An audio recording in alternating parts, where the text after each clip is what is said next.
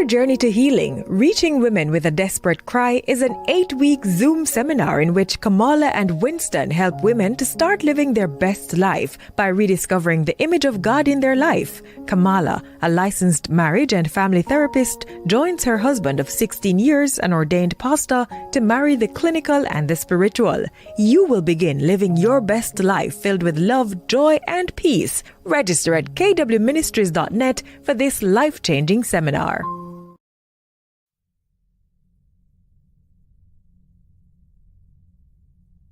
So anxious resistant. So remember there were 4 categories, right? Mm-hmm. So anxious resistant kids were on the opposite end of the spectrum. They didn't have a lot of self-confidence. They really clung to their caregivers, whether it's parents. When I say caregivers, I mean parents, grandparents, just old people in their lives who were, really part of that initial bonding experience. For these kids, they tended to have really exaggerated emotional reactions to stuff, but they also kept the distance from their peers. How did this translate into adulthood? That translated into anxious, preoccupied adults. Mm-hmm. And so they kind of formed less secure bonds with partners and feel really desperate for love and affection.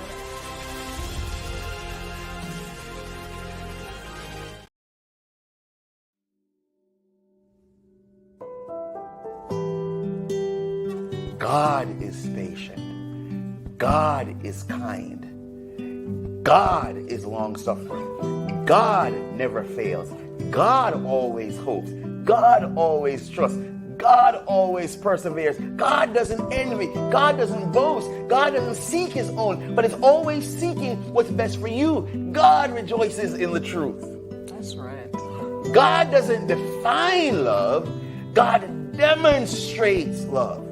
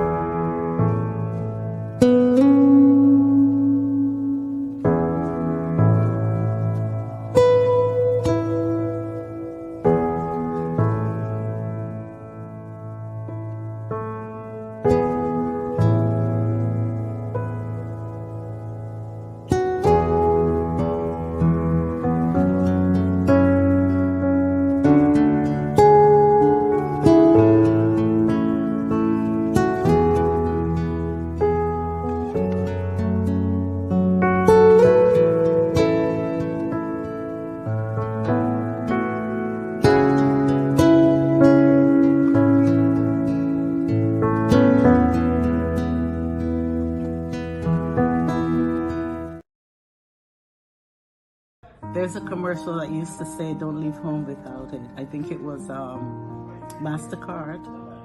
And at the end, they would say, "You couldn't put a price on it. A price could not be put on what you and your wife did for me this week." And I'm just praying that your ministry will continue to be the blessing to others as it has been to me this week. Just the opening of the eyes, just seeing God's word with a whole different set of lenses, just understanding what is required of us and laying aside the misnomers, the erroneous teachings, the errors, and just accepting who I am in Christ. And no one else could tell me who I am but the Word. Awesome. Yeah. Thank you for hanging out with us all week long. Thank you for being there with us. All right.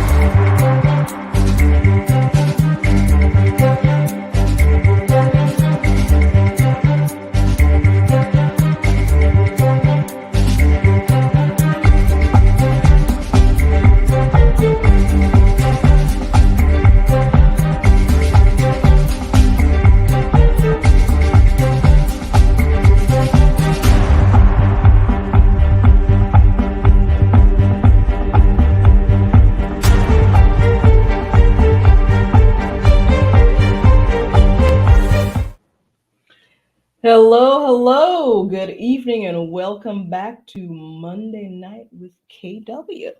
I am excited to be on. Tired. Yes. I really Monday appreciate tired. that you said that, because this program is all about authenticity, right? It is. We are having a Monday. A Monday. But as tired as I am so excited to be here tonight. And I'm really excited about our guest. Yes. For me, now you're acquainted with our guest. Yes, I went to school with her. I am not. And so it's always interesting to meet somebody new, hear But their story. Let me ask you a question. The few minutes we spent with her before now, how do you feel? She doesn't strike me as somebody I don't know. It doesn't like feel like I know her. I'm excited. I'm really excited. It's really like a comfortable exchange. So yeah, absolutely. So what are we doing here? What's KW? Good night, Brother Glenn, my father-in-law. All right. What is KW, you say? Hi, Sister Sands. Awesome. We got a couple people already on. So for those of you who may not know what KW is about, it's about having a place of authenticity. We started KW Ministries out of, and those of you who've been with us for a while, you've heard this already, but we started it out of a place of, some real hurt and pain and trying to start that journey of healing. And at some point along the way, after a couple of devotionals, we realized, it might be interesting to have a space where we could just share with other people, realizing that as alone as sometimes you feel in your own challenges, you're not. You're not alone. So many there are other people who are going through, and we have experienced some really interesting journeys with individuals. One of my favorite was Rachel. We had Rachel on several months ago. Rachel came through a really bad divorce, but opted to stay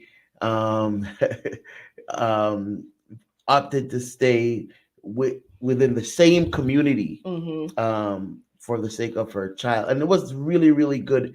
And I'd be I want to hear Rachel come on again and tell us how she's doing. One of the strongest persons I've known. Kathia was on with you. She lost her mom. Yep. And we know how close they were.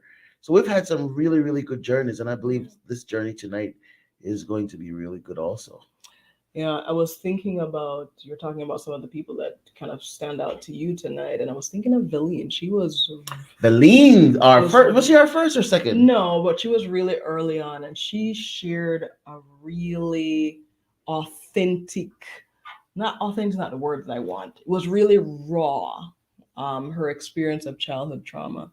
And that I think was the first time we had gotten that deep with someone. Mm-hmm. And it was really, I want to use the word liberating, but I don't know if it's the best word, but liberating in the sense of enough with the masks, right? Enough with the facade. And I think a lot of the people that we've talked to have really opened up their experiences to us, to the world, really. And I think we've had so many people who've gotten a lot of benefit from that. I don't think tonight's going to be any different. I don't. And one of the things about unmasking or being, Carl said we should have had him on with his sister Keisha. he needs a dial-in line so he can call into the show. Tonight is Keisha's night. One of the things about this kind of discussion is is freedom, and that's what Christ says. I've come that they might have life, have it more abundantly.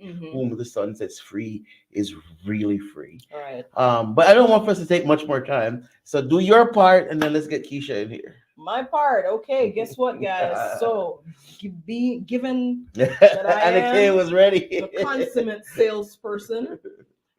Part of what we'd like you to do is go check out our shop. Carl, take out your credit card right now. Online Head over to kwministries.net/shop and buy something. Carl Brewer right now. So while we're calling out Carl, I can call him out like that. I am calling out everyone to at least check it out. There's lots of great stuff. We've got books, we've got products, we've got so many things that we offer, and it's really come out of our own journey. So we just want to share that with you. A good gift would be 8 steps, 8 coping skills to healing. I wonder why. Kamala wrote that, and it's really good. It's really good. Look, Anna Kay was ready for us.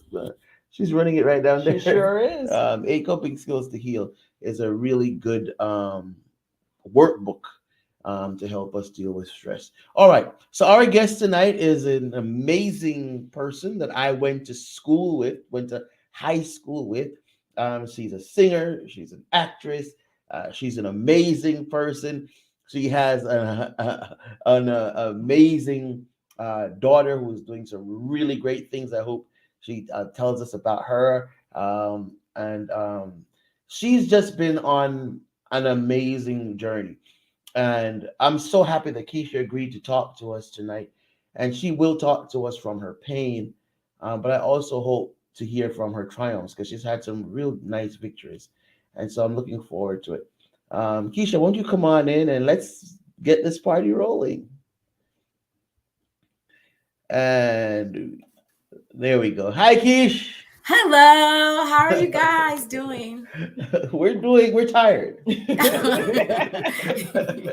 We're tired, but what did Kamala call it? It's a Monday. It's a Monday. All right. And I understood what you meant without even ever hearing that phrase before. I was like, oh, I know that. How are you doing? I'm doing good.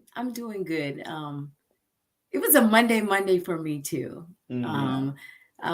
Both like emotionally and just, oh man, again, starting work again.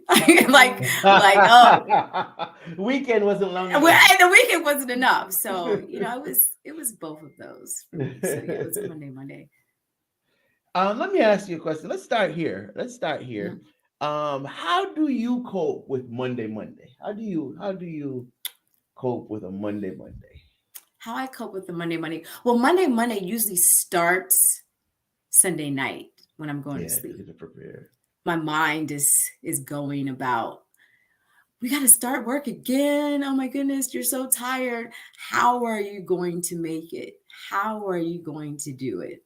So it inserts that doubt.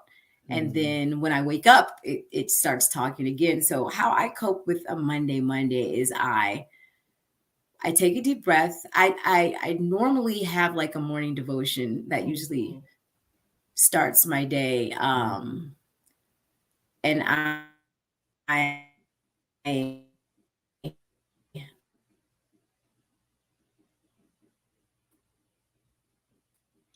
Hi, Sister Martin. How are you? Keisha, you're frozen.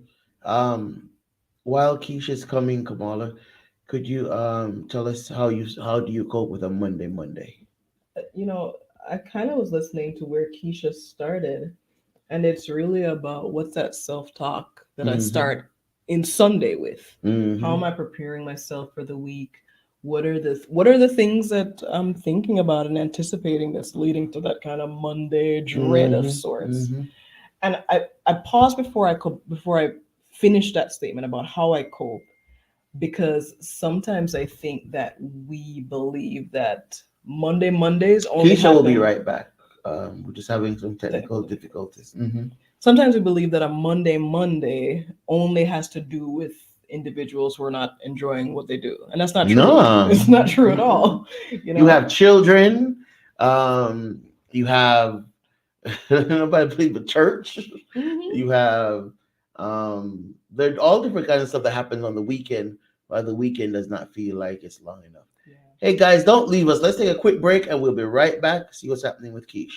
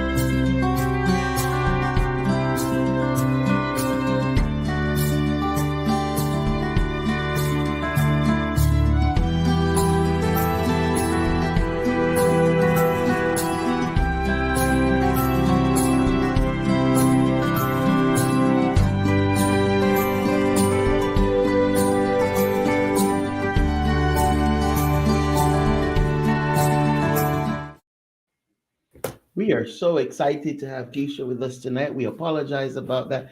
Keisha, you start out with some devotions. Yeah, so I start for Mondays. I start off with my devotions, and I start off with my positive affirmations, and then like I just tell myself, you don't know what the day is going to be like. You have not experienced those moments. You're just projecting into the future. And so I say, well, let's see what happens. Let's see how it goes, and then I just try to take every moment as it comes and not assume I know how the next moment's going to be. And when I do that, it like, I find I'm always surprised. I'm always pleasantly surprised. So I guess I found that most of my anxious moments only rest in my mind and not in the reality of the day. Yes. That's powerful. Most of my anxious moments mostly rest in my mind and not in the reality of the day. That's powerful. I really like that you said that, Keish, because I was thinking to myself, that probably doesn't just translate to Mondays. I feel like that mindset translates into lots of different areas of your life, my life, somebody else's life, and somebody who's going to hear that and go, huh, I should let that translate into my life too. So I really love that. Keish, we want to talk about your healing journey. Tell us about your journey. Oh gosh. Well, I feel like I still probably have like 1,000 miles to go. But it's been amazing. It's the most amazing, beautiful pain I've ever experienced. It's I'm seeing how the two coexist together. You know, like you understand. Yeah. Yeah. I'm seeing how joy and pain are one in some ways. But you know, last year, 2022, I know I was interesting. You know, I try to keep a positive outlook. I try to speak positively. But if I didn't, I would have some choice words for 2022. But is it just 2012? Was it 2019, 2020, Well, 2021? you know, I actually I enjoyed the shutdown. Really, I enjoyed it because it was weird. I remember, like I think like 2 or 3 months after we were like in closed doors, I remember walking outside and the sky looked clearer and the air Yep. felt Yeah, remember that? fresher, and I was like, All the factories were closed. yeah, I said the earth needed to heal. Yep, we said that too. It was the weirdest thing. But yeah, 2022 was very hard. It started off with me getting COVID. And then I'm an avid like athlete. I love to work out and things of that nature. So I got COVID, got over COVID, then I sprained my ankle. So I couldn't work out. And like working out is like it allows me to if I have frustrations, I can get it out and work. Release. Yeah, it's a release for me. And then 2 weeks into into me having a high ankle sprain, my father has a brain aneurysm. While at my daughter's soccer practice. So, you know, he's kicking around the ball and then someone screams out, "There's an old man that's fallen out." And then my daughter runs over and he's seizing. Tell us about your dad. Oh gosh. My dad was a wonderful human being. I'm honored to have come through him. He was an educator. He was a musician. He was a father to many children that, you know, have to traverse this life journey without one. He was a good friend. He was a musician. He was a writer. He was a lover of God. And I had to end with that one because that was the most powerful one. My memories of my father were, when I think of my father, the first thing I think of is morning worship. Not remember a morning that he did not spend hours with God. Like he would fall asleep on his knees sometimes. I would knock on his door and he would have fallen asleep. Like that was very important to him. And he played that out in the way in which he interacted with people. And he was such a giver. And he wouldn't speak a word about it. Like we found all these like tuition accounts he was paying on and foundations he was given to. And it was just like so much. But that's what, you know, he used to say that to me. He used to say, "Keisha, give, always give, always give. You think you've given, you can give more." Like literally, he used to say that to me. And I used to be like, why are you talking to me like I don't give? I give. Like I didn't understand what he was trying to do or, you know, but. What was he trying to do, Keisha? He was trying to teach me the foundation of this world. Like when God created us, you know, we survive off of each other. Like, so that the trees give off, oxygen, right? And we take that in, and then we breathe out, this carbon dioxide. It is a give and take. It is a reciprocation. And things get off kilter when you don't give, when you begin to be selfish. So, he was instilling that into me so that could be a part of my life all the time, because when you give, you receive. It is the two are one. So he was just trying to teach me the formula of having a good life, a happy life. I think that's what he was doing. We survive off of each other. I think that's so powerful. Yes, it is. Absolutely. Keisha, I'm sitting here listening to, you describe your father and the things that he taught Let it soak you, it, is it? and the person that he was. And I hear the love, the admiration just kind of pouring out of you. And I'm struck by the fact that these pieces of your dad that you're sharing with us also come from a place of great pain, having lost him just recently. And I'm thinking back to, being at your daughter's soccer game and that scene playing out. And I just find myself, and I'm wondering, as I'm sure that somebody else will wonder, whether it's tonight or 6 months from now when they watch this, as you experienced that, that initial day, that first day. Walk us through it. What was that like for you? Gosh. And I know that's hard to ask, but what was that like? No, it's fine. So that day, me and my dad worked together. I teach adjunct at a college.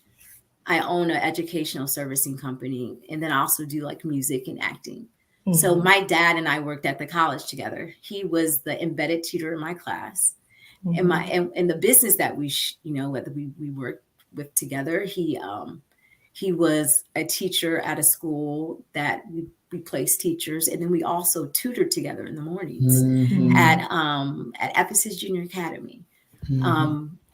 And so that morning he came in, and I don't know, he was being a father.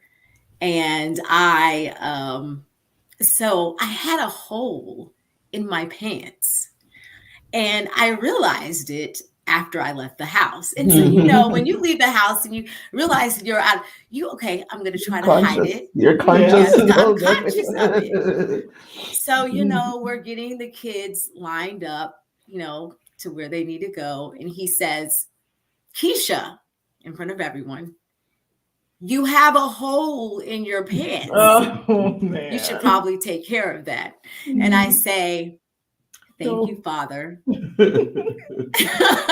I was irritated with him. I was so irritated with him. But, he was always trying to take care of me. But that's what a father does. And so I remembered he looked so tired that day. And I'm always, I call him, like, when I would see him from afar, I would be like, hello, Faja. I call him Faja. And so, but he seemed like really just tired. So I remember he sat down at one of the kids' desks, and normally he's like, okay, so what are we teaching them today? Where the lesson plans, where he's really very orderly individual. And so he was just tired. He didn't do that. And so, but he did point out the hole in my pants. It's funny. It's funny when I think about it now.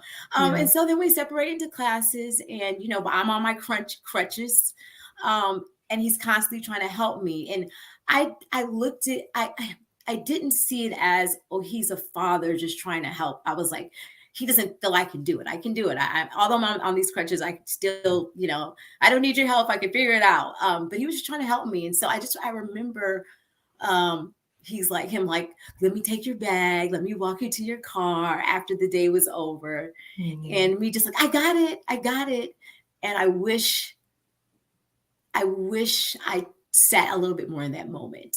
But see, in my head, I was thinking, oh, he must think I'm not capable. Mm-hmm. And so I was playing to that versus he just wanted to help. Now, I mean, I just want to make sure everyone understands I don't have any guilt of that. Mm-hmm. That was an interaction that we had, and it was the moment. Yeah. And I believe if you are an intentful person and you really are looking to better yourself, you do the best you know how in that moment. Mm-hmm. And then you are taught something better, and then you do something better. Yeah. So that moment taught me to not be in my head and to cherish your interactions and be present. And so now I find myself being more present with my daughter, more just listening to what she's saying and not what my mind is saying. Yeah. And Keisha, so, let me interrupt you for a second, because I think you just said something very, very, very, very instructive and important. Because I was wondering, because I was waiting for you to slow down so we could go to work on that moment. And right when I was figuring in my head, all right, how do I articulate this? What's going on here? You said, no, I don't feel guilt. Yeah. What I did was I learned. yeah. How important is it? I remember like the night when my foster dad died. Well, he got sick that night. I was just a little kid. We were outside playing dominoes, and he had church people over. You know, this is rural Jamaica, and he was so angry. He got so angry that we were playing dominoes. And as you were talking, I was thinking about that, and I was so excited when I heard you say, "What I did was I learned from that. I don't carry guilt from that." Talk to us a little. I want you to go back and talk to us a little bit about the importance of learning from, should we say uncomfortable? Should we say, what language should we use to describe? Well, I'm gonna let you do it. Yeah. Well, I mean, I think uncomfortable is it? I mean, Is it like, good? there's different degrees of uncomfortable, right? Mhm. There's uncomfortable that is just like, and then there's uncomfortable where, oh, I can't even be present in the situation. Mhm. You know, it's because it's that uncomfortable. Now, my mind did want me to feel guilty for it. And what I say is that I say it like that because, you know, like how I see it or how I experience it is there is an emotion that I feel, and then there's a thought. Should you have like spoken, you know, not disregard your father? Why would you have done that? Do you know? And then the questions get deeper, you know, and the emotions get deeper. And so like I had those moments, and I have to say, no, I'm going to choose not to believe that because I know I did the best I knew how. I know that. And, you know, at that moment, all I saw was what my mind was trying to show me. And that's just what it was. That's just what the moment was, right? But I think, you know, what my dad always instilled in me was, okay, you may have made a mistake, but what can you get from that experience? What can you learn from that experience? Because, you know, if you don't learn from it, you will repeat it. So what I tell myself is, in uncomfortable situations, do I want to meet this again? Because ultimately, you know, I think about, and correct me if I'm saying the vision wrong. Ezekiel seeing gears within gears, and everything, and looking like confusion, right? But under it was the hand of God. So that tells me that these situations are so much bigger than what we understand, right? And it tells me that although I'm in deep despair, and many days it is hard to do what normally was easy to do, that he is in control. Mm-hmm. And if I believe what my father taught me, if I believe that there is a omniscient, omnipotent, omnipresent force in which all that is able to exist, then I have to trust that he has brought me here for something greater. And I may not understand it now. And I don't. Many nights I ask God, why?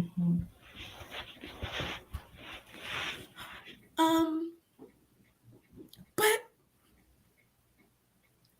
if there's anything that my father taught me that I hold on to, I trust there is something bigger than me that has created me and that loves me.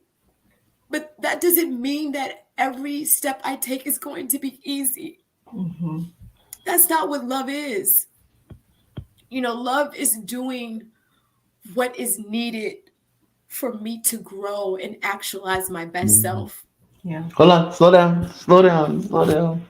Love is doing what is needed for me to grow and actualizing my best self doesn't mean it's going to be easy. I want us to come back to that, Keish. But before we leave, I want for you to just talk to us for a quick second, because so many of us do it. We wallow in mistakes. We wallow in, I did this wrong. I didn't do well at work. I didn't do well on an assignment. I didn't achieve the best. What are the dangers of wallowing in pain? Not in pain. What are the dangers of wallowing in guilt? What are the dangers of living out of guilt?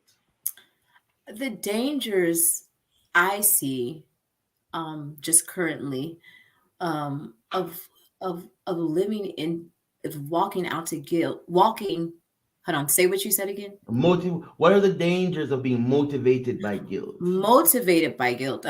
And sometimes you're motivated by guilt because you've decided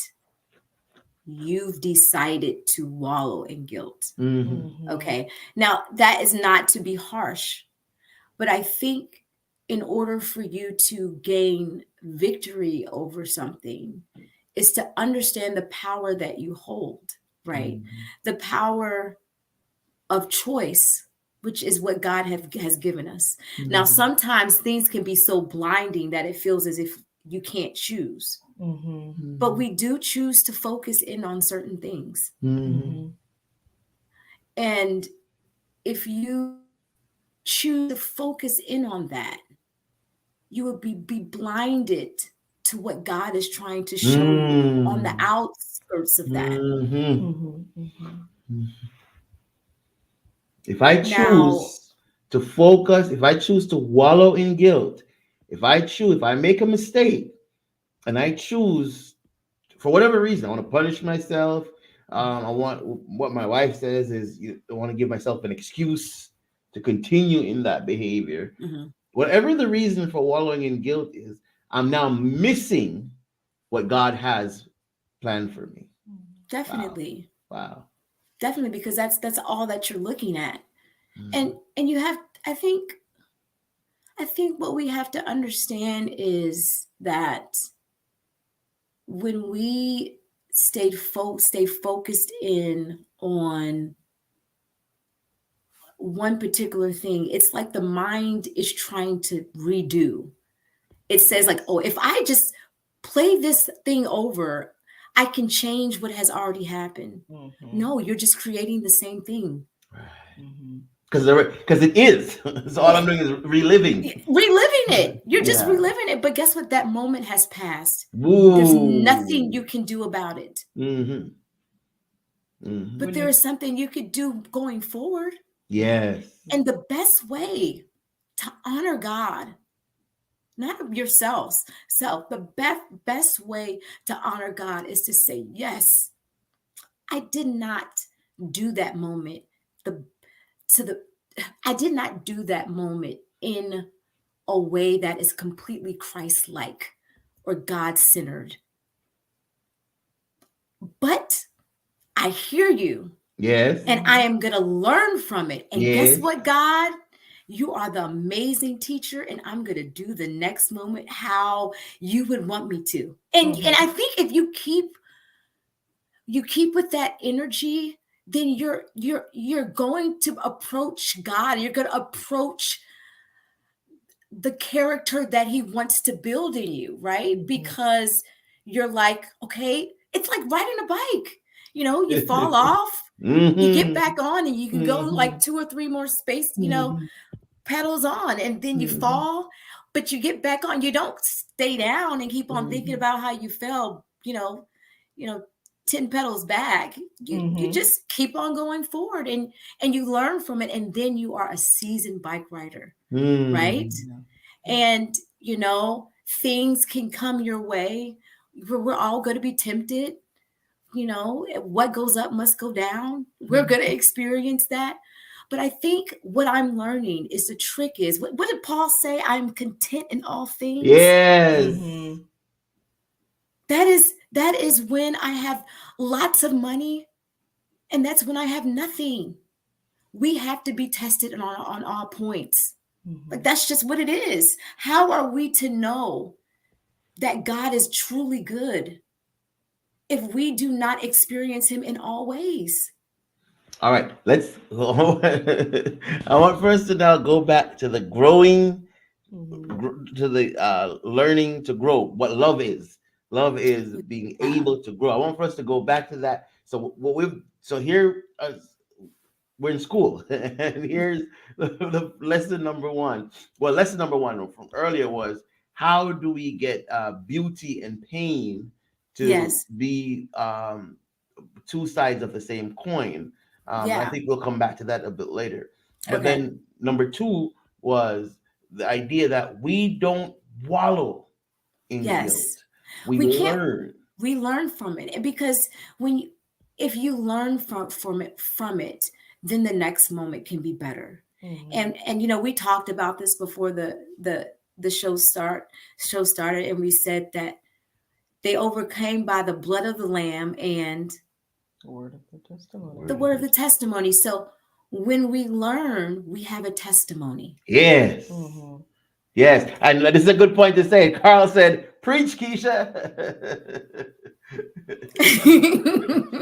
Yes, the word of their testimony. So when we learn, we have a testimony. We have a testimony, and then we can help those that have come that are coming behind us. Right.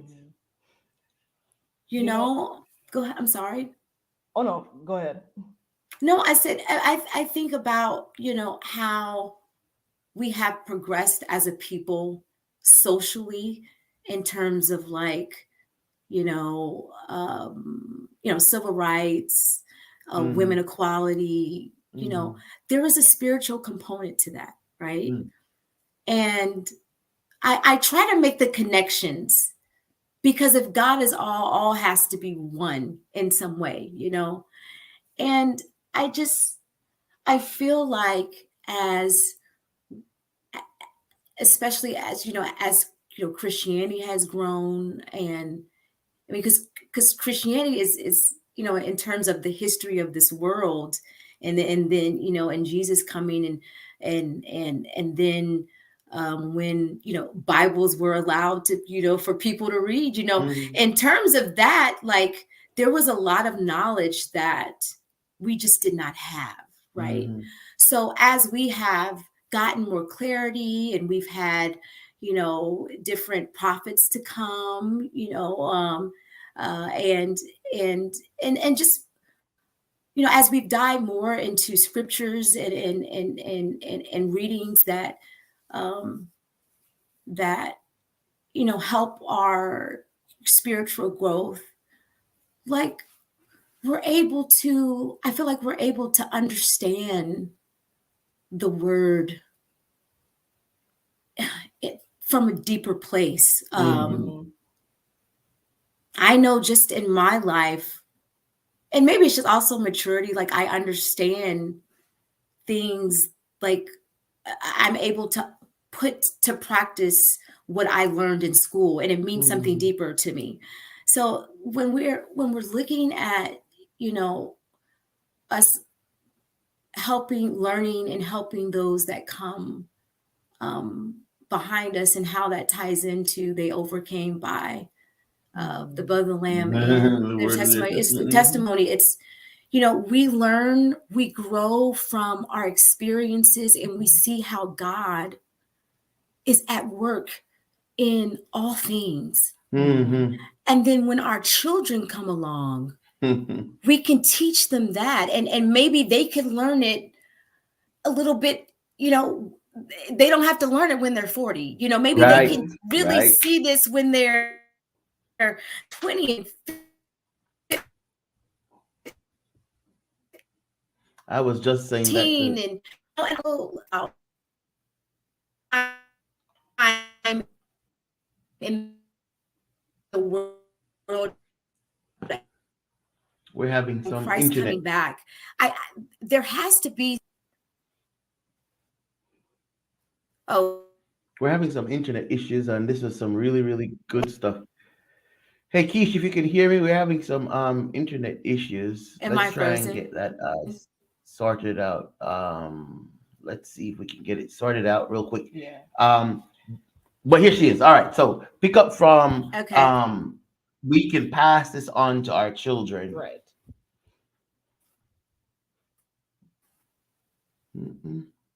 All right, it's gone again. I'm sorry about that. What were you going to say? While we're working on that end of things, I was thinking about just the whole discourse about what we can teach our children, what we can learn as we go through experiences. And I was thinking about, what I was learning from Keisha as she was sharing. And she really spoke really well about this idea of when we look at past moments with guilt or regret, to recognize that that's what we're doing, and to say make a conscious choice. Right, she said we made a choice, make right? A conscious choice. So we chose to wallow in guilt, and so we need to make a conscious choice to not wallow in guilt. Right. And I was also thinking about, the fact that, that discussion came out of her talking about the loss of her dad, and that last interaction that they had, those last days moments. And I was thinking that guilt is not something that we often talk about when as it relates to loss. We don't necessarily talk about, gosh, the I wishes, the regrets, the things that we would have wanted to do different. And she's so right that, yes, I may have wanted those things to be different, or I may have wanted those moments to look different, but I also acted out of what I knew best to do at the time. I think that was really powerful. Yeah. Hey, Keish, could you now talk to us about what love is? Because I think that was I had cut you off because I wanted to go back to deal with that guilt thing, but I want for us to talk about what love is. And because I think you hit the nail on the head about that growth piece, wanting what's best, even though sometimes it doesn't feel good. Talk to us. No, yeah. Gosh, I honestly feel I'm just learning what love is. Like I'm honestly feeling like I'm just seeing it. I think love is the foundation that allows everything to exist. And it says that I am here to support you and be with you and see you reach your fullest potential unconditionally. And unconditionally is important because it says this support, this energy that is the foundation of everything, is going to make sure you have the best. And I'm not asking for anything in return. Yeah. I don't need you to do anything for me to pour this out for you. And that is what God is. And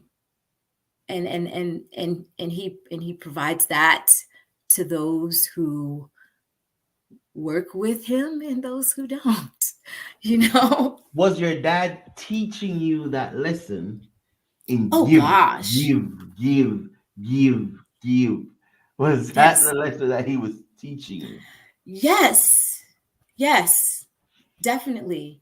He was teaching me to give, even if you're not given back to in the way that you want to be given to. Because God will always provide. Mm-hmm. So you give and you do, not expecting anything in return. Mm-hmm. Not expecting even a kind word. Mm-hmm. And he taught me that some of the best giving is giving without people knowing that you've given. Mm-hmm. Because then that comes from a very sincere place. Because you're not expecting anything in return. So love is so much. I don't even know if I can really define it, to be honest with you. Like, I'm just really understanding, and I'm not even understanding it. I'm just learning. I'm experiencing it. Yeah, I'm experiencing it and trying to put words to it, and doing my best to live it out in every day with people that I interact with.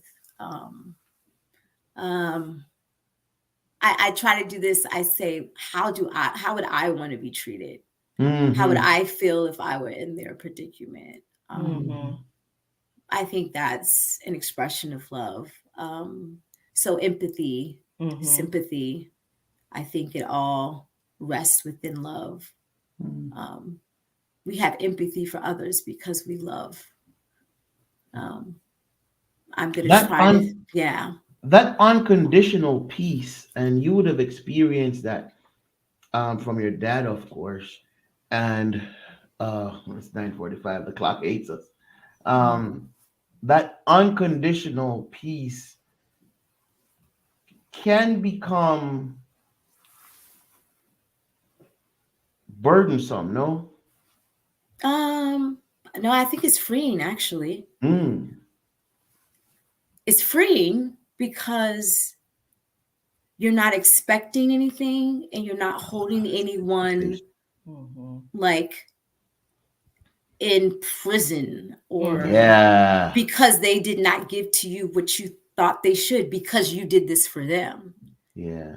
Or not holding yourself in prison. Or holding yourself prison. It says, it's freeing because it's like, I do not, when it's unconditional, you are just simply enjoying the experience of being a blessing for someone else. That's good. That's it. That's good. It's not a contract. It's not a contract. Yeah. Because when it becomes a contract, then you feel bad about what you did. Well, should I have done that for them? Yep. You know what I mean? But so it's like, I'm going to give to you and yay. Thank you, God, for using me. And I say that.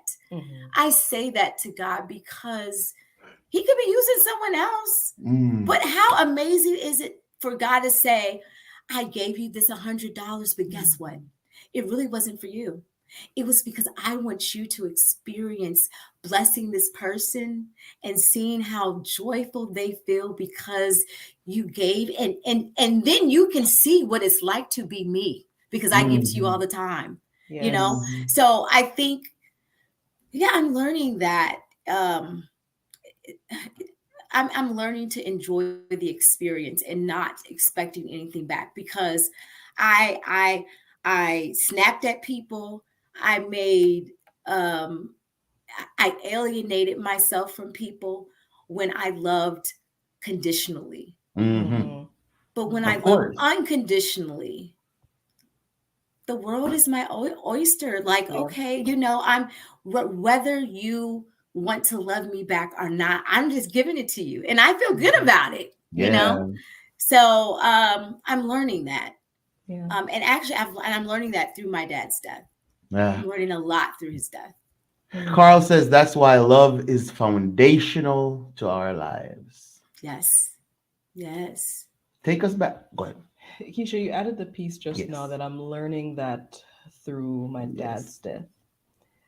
I want, just for a moment, doesn't have to be a long moment, Mhm. but I know that you are now speaking to somebody who's going through their own loss. Somebody who is sitting in the same proverbial chair that you're sitting in, who Vivian just lost her maybe mom. who maybe Mm. doesn't quite see that or feel that yet. What do you want to say to that person about learning to love in this way? I would say,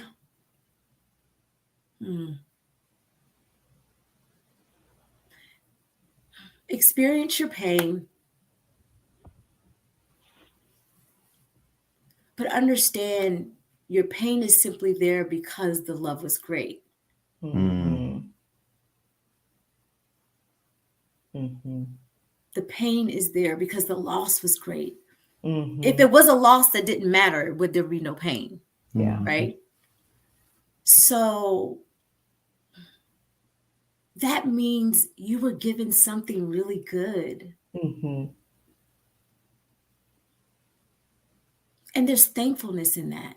Yes. Mm-hmm. And when you can decide There it is. to focus on the thankfulness, Mm-hmm. God will heal your heart. Yes. It doesn't mean that it's going to be easy. Mm-hmm. He didn't say it would be easy. We learn these phrases because they are real, right? Yeah. Mm-hmm. But I truly see the beauty of God in my dad's death. Mm-hmm. Because it is in his absence that I see more clearly how great of a gift he was to me. Mm-hmm. Mm-hmm. I am who I am because of him. Yes. I can do what I can speak, I can articulate. Mm-hmm. These are things we take for granted, but we are taught this. Yes. Mm-hmm. We are taught everything that we do.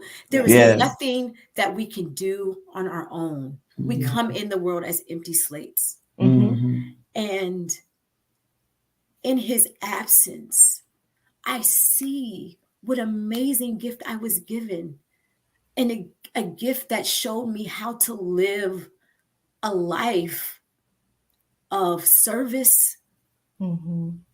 which makes me a happy individual. Yes. He showed me how to trust in something beyond myself. Mm-hmm. And in doing that, I am able to make it through these times and see that there is something that sustains me when I have a lot and when I have a little, Mm-hmm. which tells me this is something that I can depend on. Mm-hmm.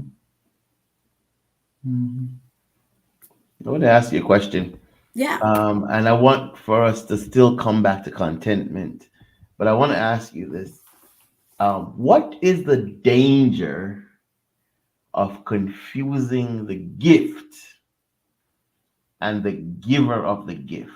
And I want for you to just think back on what we were talking about before we started. No, yeah, I can tell you. As soon as you said that, it came right to my brain, because that's what it was. And I realized that, okay, the giver of the gift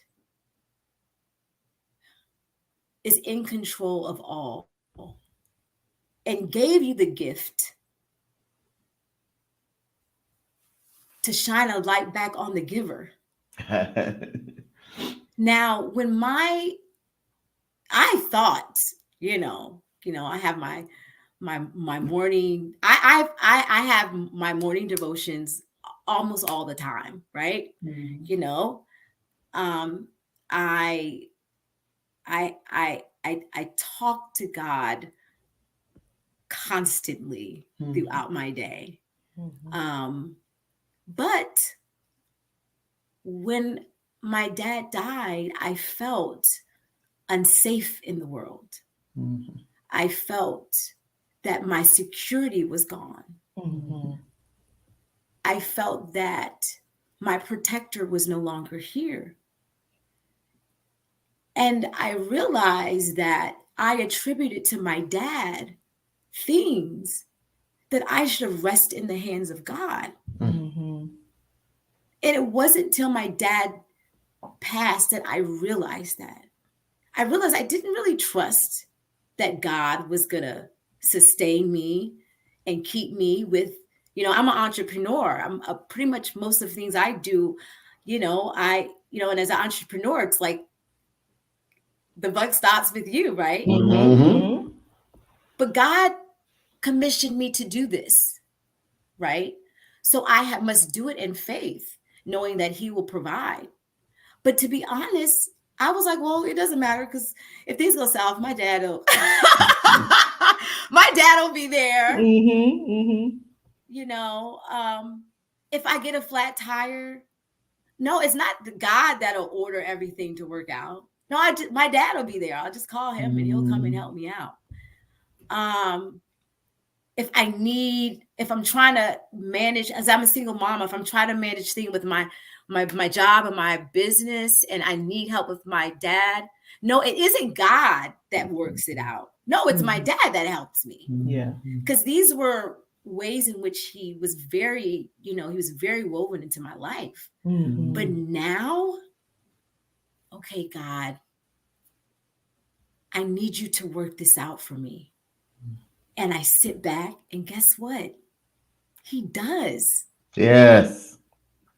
And that doesn't mean that everything happens how I think it should.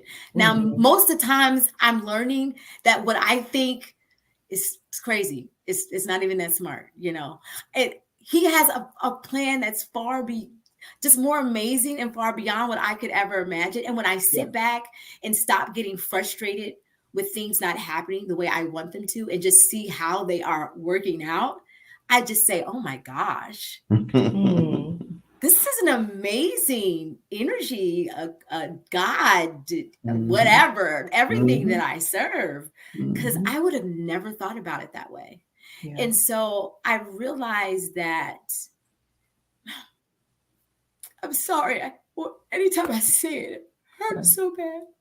I realized that my dad had to die for me to actualize a deeper relationship with God. And that kills me to say it. It kills me because I love my father and I want him here with me. But I know I am here for a greater purpose. And if it meant that my dad had to die for me to truly see God, then let it be so. And to say that crushes me. It crushes me, but what is getting me through is knowing that I am here to serve God. And I am here to evolve spiritually. And if God has let something be, then there is a reason for it. And I have to be patient and I have to be in prayer to allow God to heal me. And if he chooses to show me why in this life, thank you. But if not, I will understand it better by and by. And I believe that to my core. And that is what gets me through. Yeah. My dad taught me that. Yeah. Yeah. sounds like you're still learning lessons Oh gosh, from every him. day, Mhm. every day, I feel so alone in this time in my life. Extremely lonely. He was my guy. We were best friends. But I had to get to a place of loneliness so I could see God. Mhm. Because I wasn't seeking him to the depths that I thought I was. Mhm. And I see that now. So that's just what it is.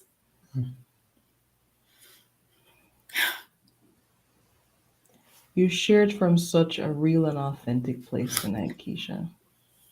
And I'm so grateful that you did. Because this is it, right? Yeah. These are the places where we try to show up in the way that we should. When Mhm. in Yeah. fact, the experiences that we have, the things that we go through, how we make it through is exactly what you're talking about. It's the ups and downs. It's being able to be grateful, yet feel the pain of loss, Yeah. be able to notice the experience of God, even though I'm experiencing pain. It's all of Yeah. it, right? It really is. It really is. And my dad was a competitor, right? And he Yeah. taught me, I was in sports a lot of my life. And so in sports, you learn to press through hard times Yes. because you want the goal of the win, right? Mm-hmm. So this is what I say. It's hard, okay? Mm-hmm. But if I'm going to go through it and I'm going to go through it and I'm going to have some jewels on my crown because what did they say? What did we start off with? They overcame by the blood of the lamb And the The word of word of their their and the word of their testimony. testimony. testimony. So if I can be authentic to the moment Mm-hmm. and show you what I'm learning, mistakes, flaws and all, Mm-hmm. then that and help someone on their journey, then I had to go through it. So I want some jewels in my crown if I had to go through it. That's right. Mm-hmm. Mm-hmm. That's I'm right. just That's saying. right. That's right. Just saying. Yeah. We're out of time, Keish, but I Okay. don't want to leave you without contentment, without talking to us about the process of learning to be contented, learning to have much, have little, have none. What's that process like? That's a good question. You're having me really think and dive into that. So for me, the process was first learning that who I am, what not even what I was made to be, but yeah, who I am, the foundation of who I am is not lessened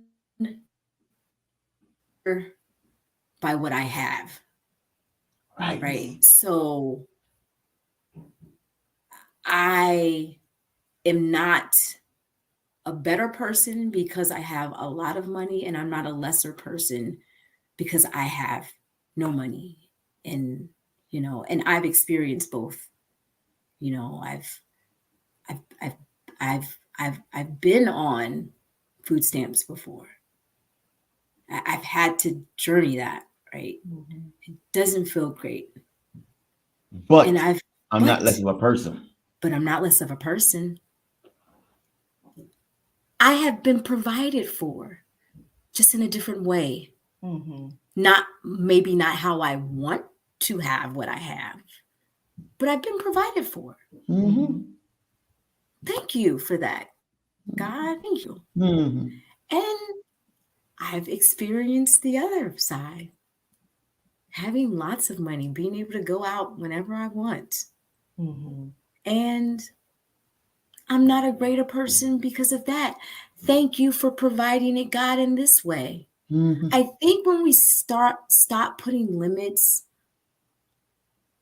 or requirements on how we receive from God, we can experience a better life because we're not shaming ourselves or angry with God because it doesn't look how we want it to look. Mhm. Yeah. Now, I don't think there's anything wrong with wanting experiences. Like, God, I don't want to rent anymore. I want to buy my own home. I don't think there's anything wrong with that, you know, and putting it before God and asking, and He says, "Ask, you'll receive." But You I'm know? not valuing myself. But I'm based not on valuing myself based upon it, because if I experienced it all, then it can't be me. It is just an experience. that. Mm. So if that's what it is, how can I value myself by So- the change of that? so- That change. Like, Woo. it's like putting on a different pair of clothing, you know? Mhm. Mhm. It's and so I think that was the first process, learning who To value me. value me. And I value me because if I was thought of, sometimes I sit in the mirror and I think about this. Keisha was thought of My God. by divine. Yes, that's good. How many That's good. possibilities for this infinite? So I'm a math teacher. So I have to dive into this concept of negative infinity to positive infinity. Yes. And in between every number, there is infinite numbers, right? Mhm. Because there's always a 0.9 and a 0.999 and Yeah. a 0.99999, right? Yeah. And so if this infinite force thought of me, Woo. gosh, I must be special. Yes, Lord. No, like really meditate on that. Like when you think of the number pi, like I know a lot of schools are going to be doing this. 3.14, March 14th is Pi Day. Pi is a never-ending number, right? It's an irrational number, right? Mhm. It just goes. All right, if we have numbers that do that, how much bigger is this entity that has allowed me to exist? And I was thought of. Oh my gosh. I must be amazing. I That's sit and good. I think about that in the mirror. And everyone really should, because it really is that. It's that. This is good. How many people are on this earth? I don't know, like a little over a billion. Numbers are infinite. That's not a lot. So for you to be included in that number, oh man, that's amazing. That's good. That's amazing. That's good. That was good. That Keish. we'll come back and end it in a second. And okay, Okay. one. We didn't have everybody's just soaking it in. Participate. Well, let's see who won our prize tonight. We'll come right Ooh. back, Keish. Who won Okay. our prize, Anne? Well, That was good. while we're spinning that wheel, so you know what you won tonight is a gift card to our store. So you get to check that out and how you collect your winnings. Rosabelle Martin is by going on to www.kwministries.net/claim-your-prize. Enter your information and instructions will follow. Congratulations, Rosabelle. Didn't you win last week? That's all right. It's a random draw. Congrats. She gets to win 2 weeks. in a row. Congrats. Keisha, I thank you. Absolutely. Thank you for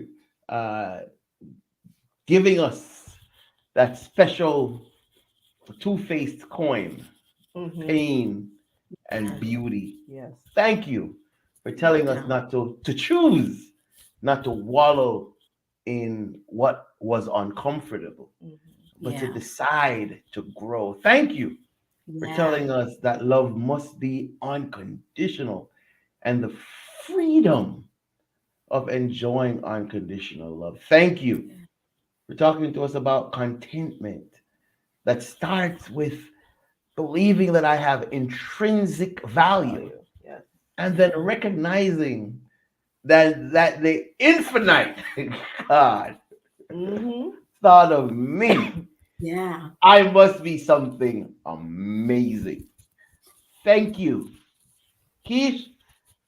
Thank you so much. Oh, thank you. Thank you. This was healing for me. Like every time I'm able to cry it out and get more out, I'm like, you know what? I've healed just a little bit more. So thank you. I appreciate it. I think this was healing for all of us. I think so too. I think so too.